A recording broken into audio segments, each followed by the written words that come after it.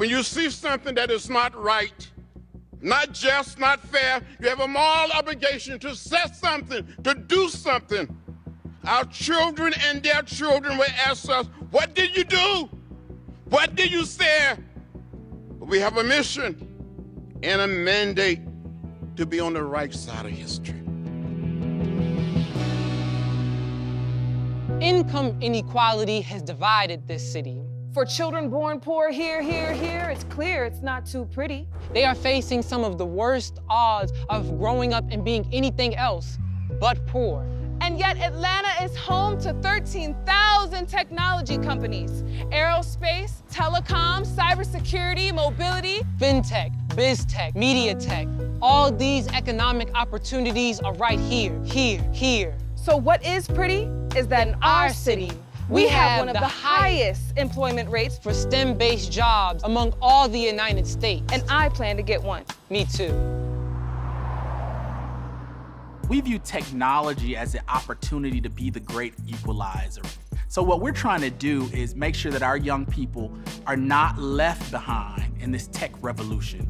And so that is why at the 100 Black Men of Atlanta, we're helping to build the next generation of engineers, scientists, and tech experts with the 100 Scholars Robotics Alliance, enhancing educational and economic opportunities and improving the quality of life for Atlanta's African-American youth.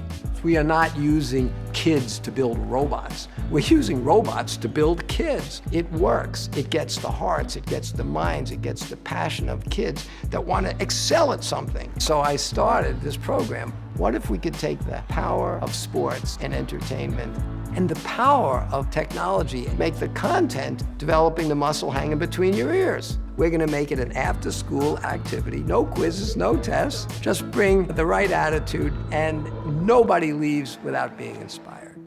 My senior year was the last year before my high school was integrated. And there were a lot of people who were upset about the change. There was just a lot of anger. My robot, I was building him. There were science fairs that I wanted to participate in. And the last one was this Junior Engineering Technical Society competition at the University of Alabama. But we were the only black kids there. The Dean of Engineering was the host. He said very little to us. People are not being as nice. I was very nervous, but Lonix won first place. It just could not be denied. First, it's more than robots. It is the ultimate sport for the mind. It's about self-respect, teamwork. We now span from preschool to the end of high school, and there are literally an unlimited number of jobs, careers, and whole new industries coming if you have the capacity to deliver value through STEM, through engineering, through mathematics, through problem solving. One difference between our sport and all the others. Ours would be the only sport where every kid could turn pro. After graduating high school, I earned a bachelor's degree in mechanical engineering and then a master's degree in nuclear engineering. I worked on the stealth bomber, went to work at NASA's nuclear space programs, on the Voyager project, a Cassini project, which went to Saturn, and I have an invention on the Galileo project that went to Jupiter. I would go home in the evenings and tinker with my own ideas. The Super Stroker was the #1 selling toy in the entire world. And now I have my own company. I'm working on advanced energy technologies to help save the environment. And I'm working with kids in a robotics program because I get to mentor and be a role model and provide facilities for the kids to come in that I think could have a profound impact on their life. What you see is what you be. The story about if they see it, they can be it, it's not a myth.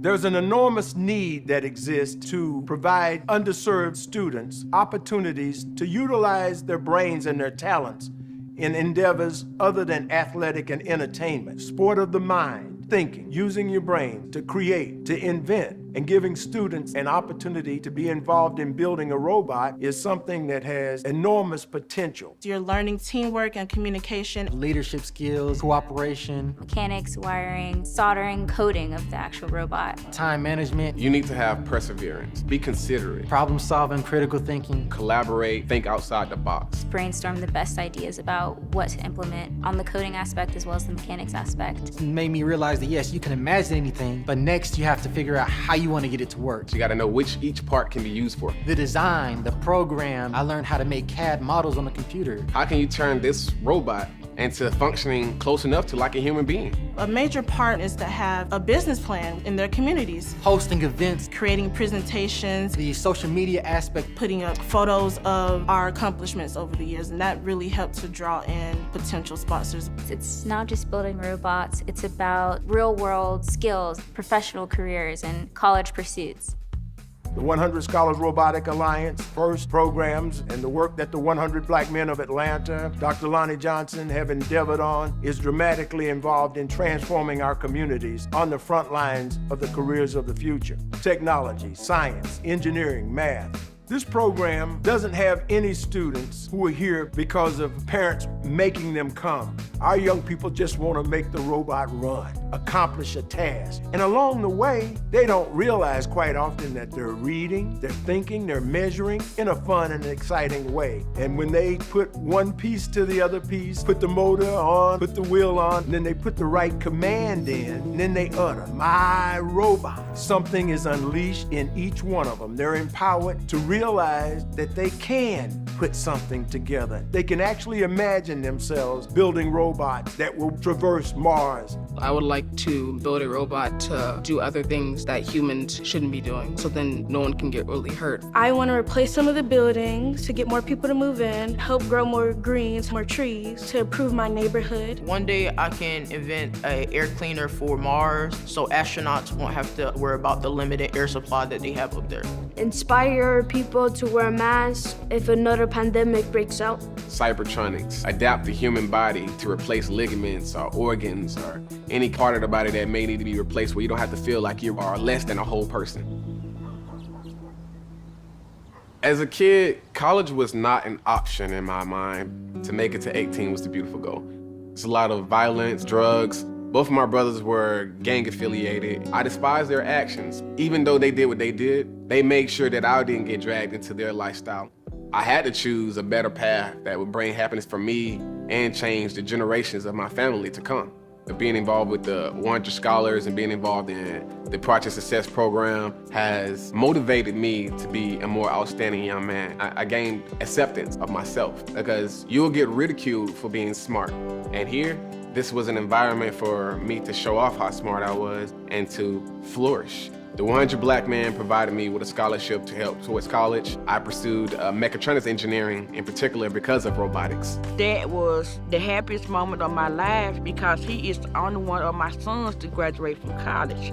Jameson made it possible for me to buy this house, and he's helping me raise his nephew. After being involved in this program, my mom, brothers, everybody's willing to help out more in the community. Anything they need me to do, I'm gonna make it happen.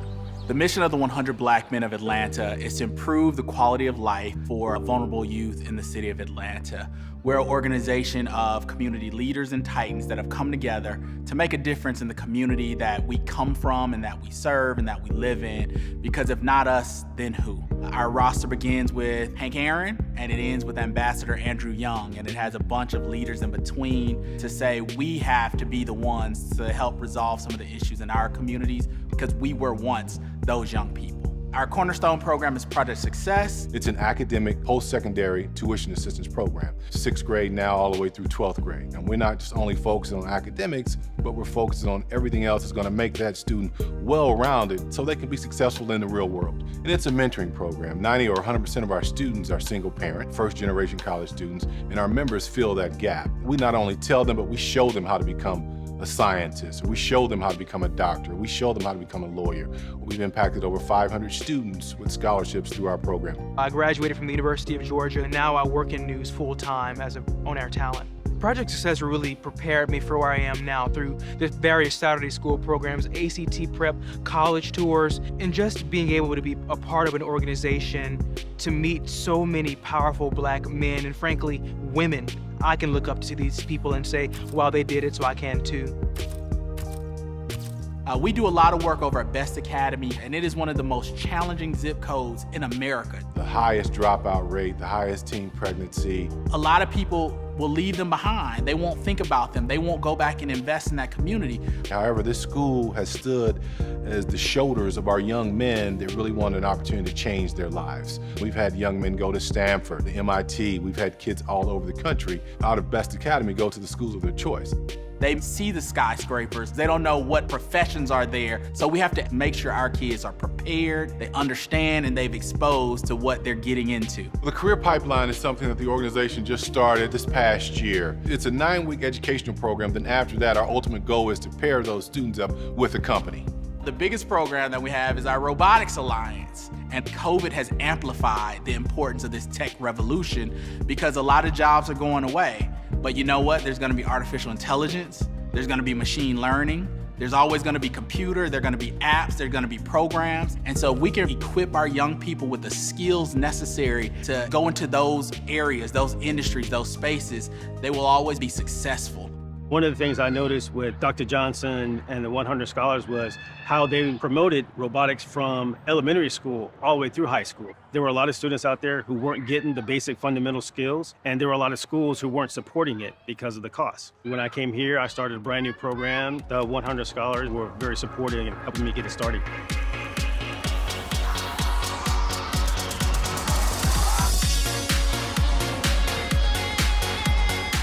As far as the competitions go, it's very hectic. You have a lot of people walking around the pits, asking about the robot, asking about the team. The stands are filled with cheers of the crowd. You've got parents, team members, classmates, extended family, CEOs, and employees from big companies who come out to scout the team members for internships and different programs. The robots in the field are running MCs, riling up the crowd.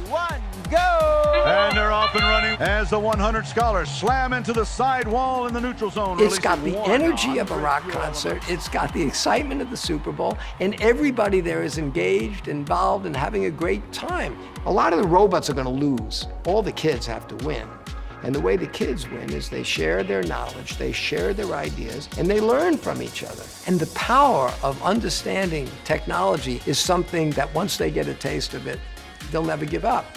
Before I had gotten to high school, I never would have imagined the possibility that I'd be taking mechatronics engineering at Kennesaw State University because of this. Going from being an intern to being an official employee here, it is just so exciting. Being around Dr. J is equivalent to being a kid in Willy Wonka's chocolate factory. You get to absorb so much knowledge and so much information that you didn't even think was readily available like that. Being a part of this program and being exposed to these different type of mentors gave me confidence that I can use my brain to the fullest potential. We believe in you. The self-confidence is the key. Once you feel like you're capable of doing something, you're not going to be intimidated about taking on tough problems and tough challenges. That self-confidence will carry you the rest of your life, and I know that about each one of these kids. Underserved kids have an opportunity to come to a facility and be themselves and be great, which is not a gym. We don't have foosballs in here. We don't have pool tables. We have machines that our kids are building and learning to an inventor's facility where it is mission control. They can do and see and be what Dr. Johnson is, and they have the opportunity through the program to make those dreams into reality and be great and really catapult yourself and your family into a better situation. And these students just becoming better citizens with their families and lifting our heads to the universe and realizing there's no limit has transformed each one of us into being winners about life. And that in itself is amazing. Robotic stimulation leads to inspired innovation. Team cooperation results in enthusiastic exploration. Exciting competition creates a STEM education. Imagination alive inside my mind. Hey, look at my new invention. What you see is what you'll be. If you see it, you can be it. Dream it and achieve it.